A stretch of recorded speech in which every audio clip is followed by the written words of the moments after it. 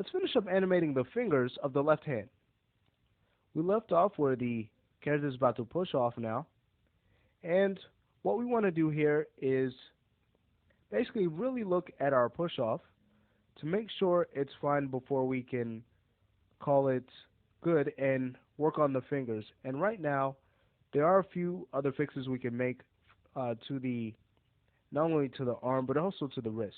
First of all, to the arm, we'll need to fix up the translate Y because it looks like the arm is raising up and then coming back down. It doesn't really look too much like a push off. And also for the wrist, we'll need to rotate that in closer at around here. Okay, as the character is pushing off. At about this time, the fingers should still have some contact to the crate. Okay, so those are a few things we need to fix. We'll go to our translate Y and fix that up first. And for that, let's go to about 66. And we'll just translate the hand down a little bit here. And also adjust our tangency for the flow. So that's looking better. Then we could even take this key down on 69 and adjust its tangency. Again for the flow. Great, so that's looking better. Okay, and then as the hand's coming back, on frame 73, we'll go there, go to our rotate Y, make sure we have our F curve there, selected and viewed, and we'll bring that in a little bit closer like that. Maybe even a bit more. Great. Now we're going to get this little pop going from frame 71 to 73, so we can just delete this key on 71. Then adjust our tangency. Great. And it does even look like we can translate it back some, this hand, so we'll just go there, select the RMIK, go to the translate Z, select this key on frame 71 and bring it down some, holding shift and the middle mouse button and clicking and dragging down. Great. So at times you may need to do fixes like this. You may look back at an area and see some other things that can be fixed before you can move on to other areas. But with that now finished, we can go ahead and bring our focus back to animating and completing the left fingers. So let's select our channels, our finger channels, our thumb roll, fist, and spread. Okay. And on about 66, let's go there and fix some of our poses. So, for example, on the index curl, we could bring that back. And for the mid, we'll bring that back too. Then for the ring, let's do the same. And the pinky we'll bring in, so it's making contact with the crate. For the thumb, we'll need to bring closer. So we'll go to our thumb roll and do just that, bring it closer. Awesome. Okay, so once we've done that, we'll go to about 72, where the fingers are just about to release, come off the crate, and make some adjustments here for like the thumb roll, maybe bring that closer in. And let's see, for the pinky, we can bring that in closer. For the ring, we'll bring that back.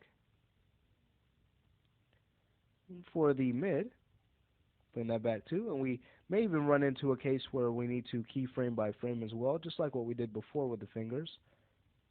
So at times, again, that is necessary in order to achieve the best result, but it is all worth it, especially at the end when you go back and see your final results.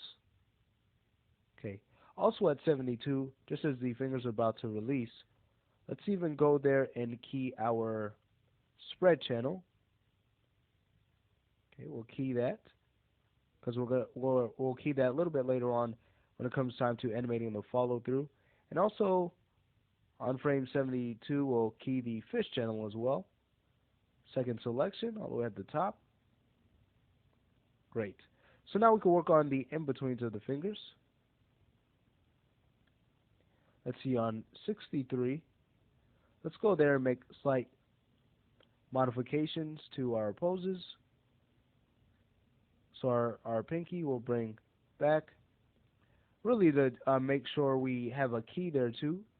So when we move on, we won't have to worry about going back to this time and seeing if the fingers are still moving like we want them to. Okay, we'll go to our index curl and bring that back some, and then we'll adjust our thumb roll too, bringing that back. Great. Now on about 65, let's see how our fingers look here. They're pretty good. Okay, so we're getting some nice motion here from 61 to 65.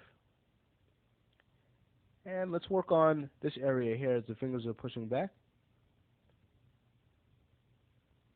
So we could go to 69, go to our pinky curl, bring that back. Our ring, do the same. For the mid, we could do that too.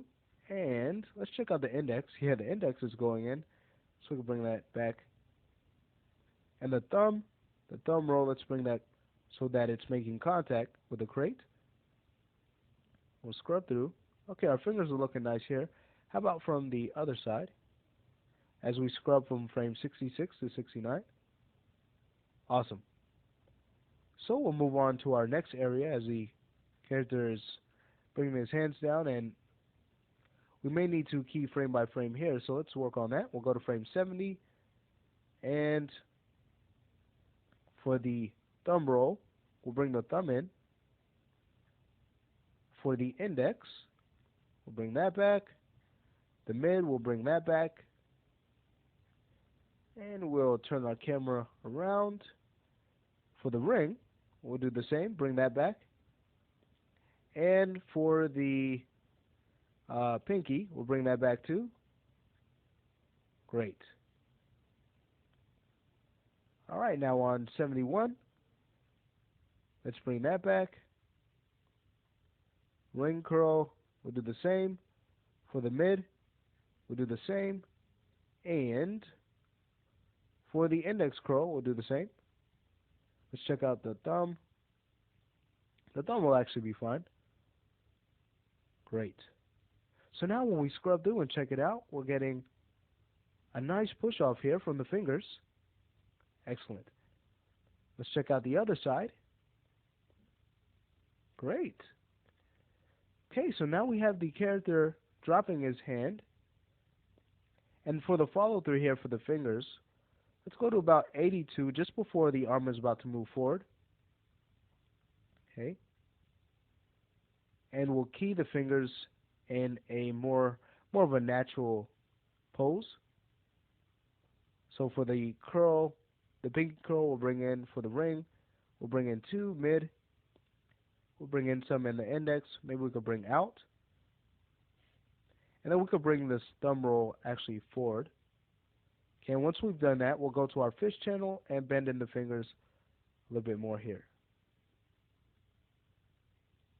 But not as much. Okay.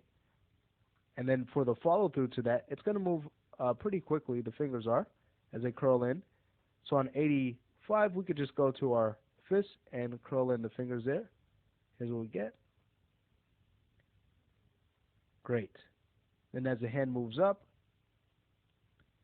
again, the fingers will curl out pretty quickly. So on frame 91, we can curl them out not much, about right there. So here's what we get. Great. And then as the hand's moving up and then coming back, we can go back to our fist and curl in the fingers. Awesome.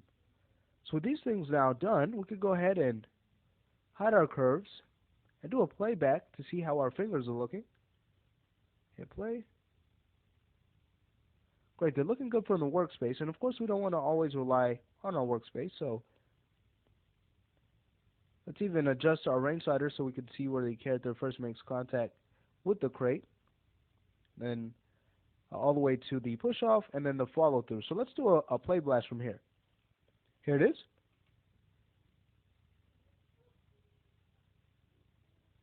Excellent. So that finishes off the fingers for the left hand, and in the next lesson, we'll begin working on animating the fingers for the right.